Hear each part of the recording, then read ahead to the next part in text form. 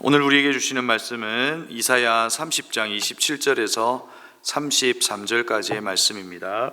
이사야 30장 27절에서 33절까지의 말씀을 우리 한 절씩 교독하며 말씀을 보겠습니다. 주님의 이름 곧 그 권세와 영광이 먼 곳에서도 보인다. 그의 진노가 불처럼 타오르며 노기가 치솟는 연기처럼 하늘을 찌른다. 그의 입술은 분노로 가득하고 혀는 마치 태워버리는 불과 같다. 그의 숨은 범람하는 강물 곧 목에까지 차는 물과 같다. 그가 파멸하는 키로 민족을 까부시며 미혹되게 하는 재갈을 백성들의 입에 물리신다.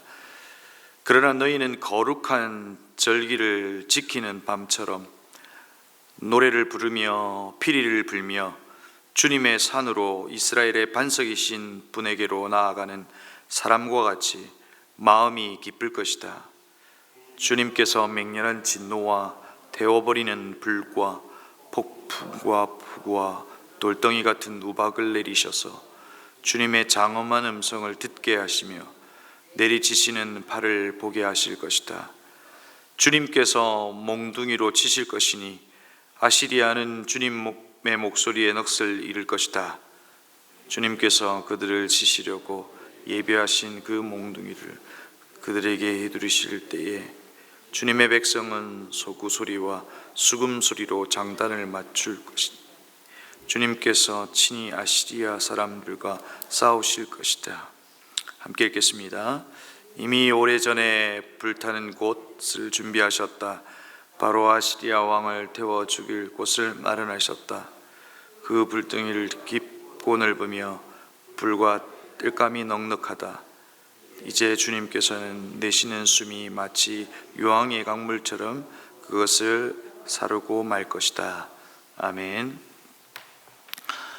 여러분, 오늘 새벽 말씀을 시작하면서 좀 무거운 질문으로 시작하려고 합니다. 여러분은 마지막을 준비하고 계시냐 하는 겁니다. 여러분 마지막을 바라보시고 또 마지막을 준비하고 계시냐 하는 겁니다. 우리는 계속해서 마지막의 이야기를 지금 듣고 있습니다.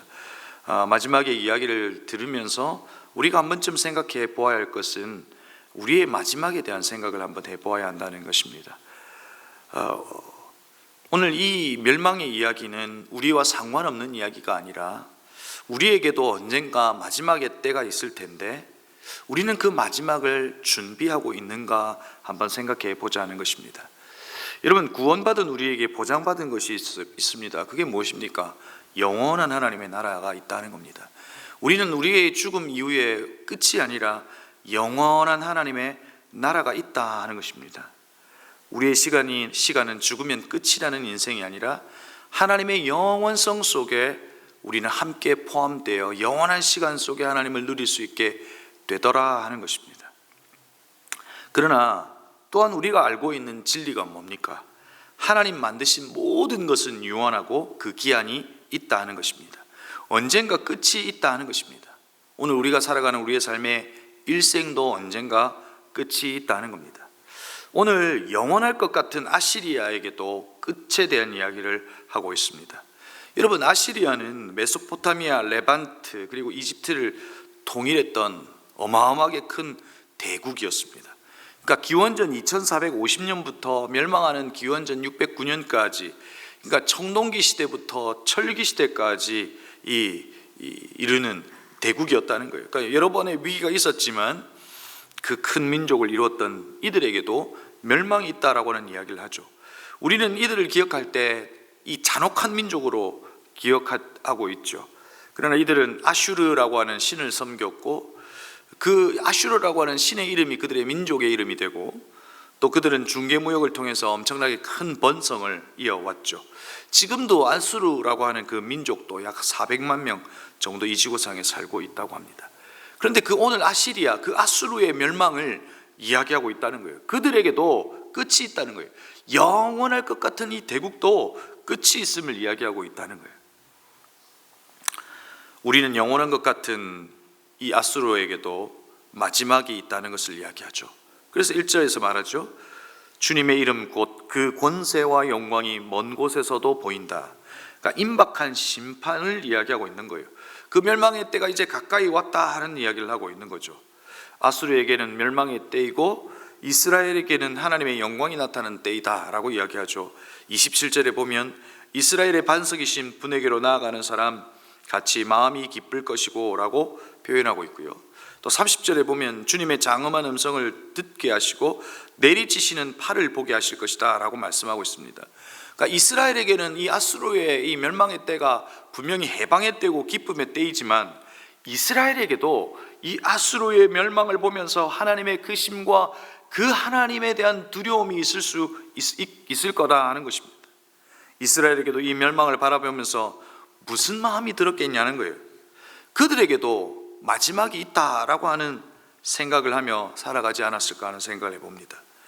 여러분, 분명한 것은 마지막 심판의 때는 우리에게도 있다는 것이고, 그리고 우리에게 있는 심판의 때는 사실상 두려움의 때가 분명히 아니죠.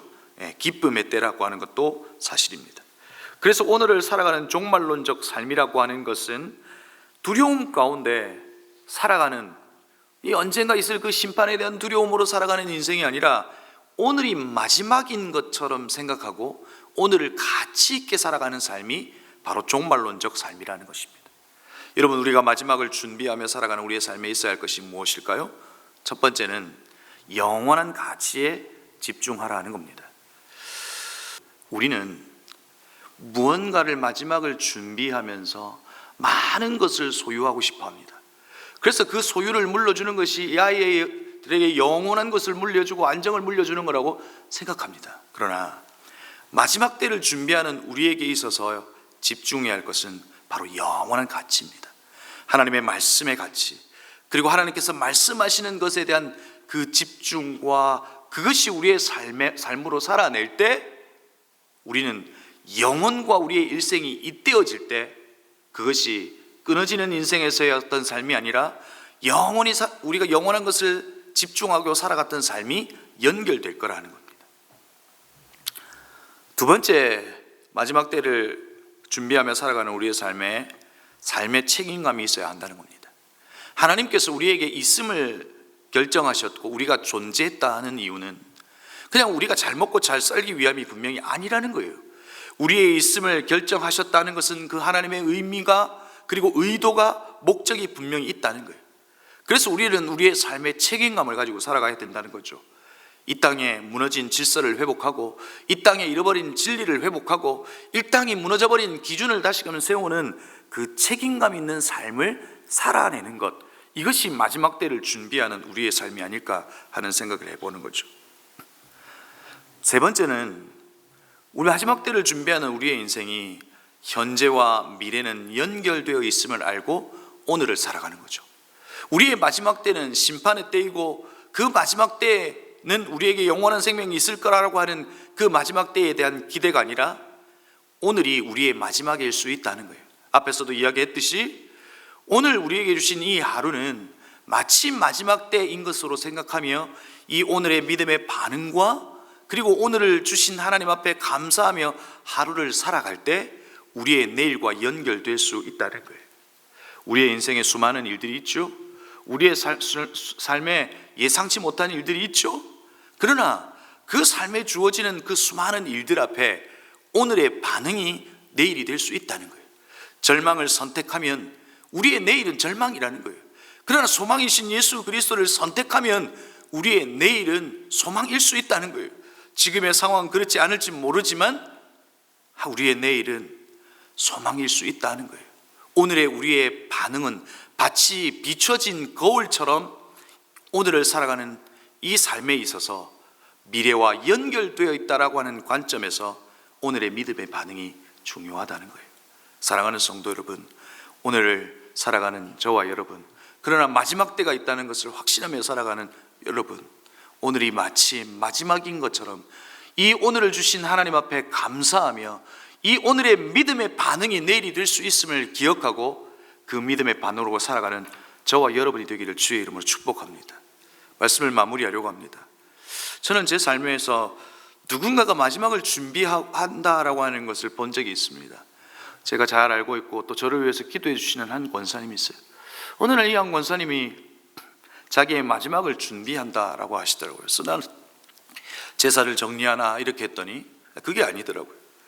그 권사님은 자기가 살았던 고향으로 돌아가서 그 젊은 시절 일찍 남편을 여의고 젖동량을 하고 또 이렇게 하면서 살아왔는 그 가난한 시절 그 고향으로 돌아가서 자기에게 도움을 준 이에게 10만 원을 또 쌀을 사서 그렇게 고마움을 표시하고 복음을 전하고 그렇게 마지막을 준비하는 모습을 보았다는 거죠.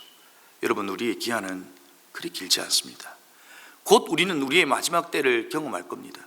우리는 이 땅에서의 마지막 때를 바라보고 있지만 사실 우리의 인생의 마지막 때 그리 길지 않다는 거예요. 우리는 오늘을 살아가는 이 삶이 영원할 것이라고 하는 마음의 확신은 또 있어야 되지만 우리의 인생은 기한이 있다라고 하는 것 가운데 마지막의 때를 준비해야 할 겁니다. 사랑하는 성도 여러분, 마지막 때를 준비하시고 그 마지막을 살아내는 저와 여러분이 되기를 주의 이름으로 축복합니다. 오늘 아시리아의 이 마지막의 이야기를 보면서 상관없는 우리의 이야기가 아니라 우리의 이야기로 그 마지막을 준비해가는 아름다운 삶을 살아내는 저와 여러분이 되기를 주의 이름으로 축복합니다. 기도하겠습니다. 말씀을 기억하며 기도하십시다. 대국에게도 마지막이 있었던 것처럼 우리에게도 마지막이 있습니다. 마지막이 없는 유일한 것이 있다면 그것은 하나님의 말씀입니다. 마지막 때를 살아가는 우리의 삶의 첫 번째는 영원한 가치에 집중하는 겁니다. 진리의 말씀에 집중하는 겁니다. 그분이 우리에게 원하시는 그 삶을 살아내는 겁니다. 그것이 영원한 가치에 집중하는 삶입니다. 두 번째로는 삶의 책임감입니다. 이 땅을 나에게 있게 하셨던 분명한 이유가 있을 겁니다. 이 땅을 회복해야 하는 그 삶의 책임감을 가지고 살아가는 겁니다. 또한 우리는 마지막 때를 바라보며 현재와 미래는 연결되어 있다라고 하는 관점 속에서 오늘의 믿음의 고백으로 살아내야 합니다. 오늘의 믿음의 고백이 내일일 수 있음을 알기에 우리는 믿음의 고백 가운데 마지막 때를 준비하고 또 마지막을 살아내야 합니다. 특별히 추수감사주의를 지나는 가운데 여러분의 인생 가운데 고마움을 표시해야 할 이들이 있다면 고맙다고 감사하다고 한번 표해보면 어떨까요? 그들이 영원할 것 같지만 우리에게 영원할 수 없기에 우리는 그 고마움의 마음을 이제 표시해야 될 때가 되었는지도 모릅니다. 그것이 마지막 때를 준비하는 우리의 인생일 수 있다는 겁니다. 첫 번째 기도할 것은 하나님이 이 마지막 때를 잘 준비하는 성도의 삶이 되게 해달라고 기도했으면 좋겠고요. 두 번째, 교회를 위하여 기도하십시다. 하나님, 이 땅에 있는 이 교회, 특별히 우리 은혜샘물교회를 기억하여 주셔서 하나님의 소원을 이루어 드리는 교회, 복음으로 살아내는 교회, 능력 있는 그런 우리 은혜샘물교회가 되게 해달라고 기도해 주시고, 마지막으로 여러분이 가져오신 기도의 제목으로 같이 기도하시고 돌아가시면 좋겠습니다. 기도하시겠습니다.